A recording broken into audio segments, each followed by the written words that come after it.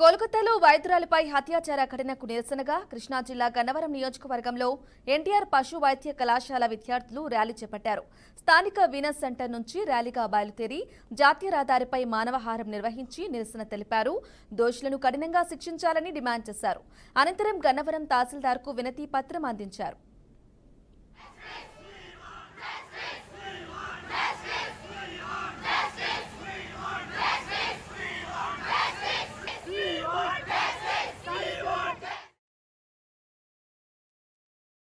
స్టూడెంట్ని సో మేము ఈ స్టేజ్కి రావడానికి మేమైనా కానీ ఎంబీబీఎస్ డాక్టర్ అయినా కానీ ఎంత కష్టపడి ఈ స్టేజ్కి వస్తాము.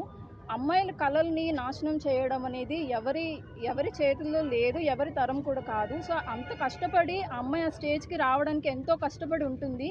అలాంటి వాళ్ళు తన వర్క్ స్పేస్లోనే సేఫ్టీ అనేది లేనప్పుడు, అంత హైయర్ ఎడ్యుకేటెడ్ అమ్మాయి, అంత అమ్మాయికి మీరు సేఫ్టీ కల్పించలేనప్పుడు నార్మల్ పీపుల్ బయట నార్మల్ ఉమెన్కి మీరు ఎలా సేఫ్టీ అనేది ప్రొవైడ్ చేయగలరు అనేసి మేము అడుగుతున్నాము. సో ఈ ప్రభుత్వం అనేది కఠిన చర్యలు, దీని వెనుక ఈ సంఘటన వెనుక ఉన్నటువంటి ఇల్లీగల్ శక్తులు ఎవరైతే ఉన్నారో వాళ్ళందరినీ త్వరగా గుర్తించి వాళ్ళకి వెంటనే కఠిన చర్యలు వాళ్ళ మీద కఠిన శిక్షలు వేయాలనేసి మేము కోరుకుంటున్నాము. నేను ఎన్టీఆర్ కాలేజ్ ఆఫ్ వెటర్నరీ సైన్స్లో 3rd ప్రొఫెషనల్ చదువుతున్నాను. ఈరోజు నేను మౌమిత గారి ఇన్సిడెంట్ మీద మాట్లాడదామని వచ్చాను. తను ఒక డాక్టర్ అయి ఉండి ఒక నైట్ డ్యూటీలో ఉండి ఒక వర్క్ స్పేస్లోనే తనకి సేఫ్టీ లేకపోతే ఇంకా ఇక్కడ ఏ అమ్మాయికి బయట తిరిగే వాళ్ళకి సేఫ్టీ ఉండదు. సో మేము కోరుకుంటుంది ఏంటంటే ఆమెకు జరిగిన దానికి న్యాయం జరగాలి. తప్పు చేసిన వాళ్ళందరూ బయట న్యాయంగా తిరుగుతూ ఉండి తప్పు చేయని ఆమె ఎందుకు మాటలు పడాలి, వేరే అమ్మాయిలు ఎందుకు సఫర్ అవ్వాలి వాళ్ళ వల్ల. సో మేము కోరుకునేది ఏంటంటే నిందితులని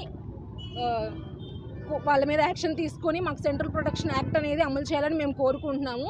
ఎందుకంటే ప్రతి ఒక్క అమ్మాయి రెస్పాన్స్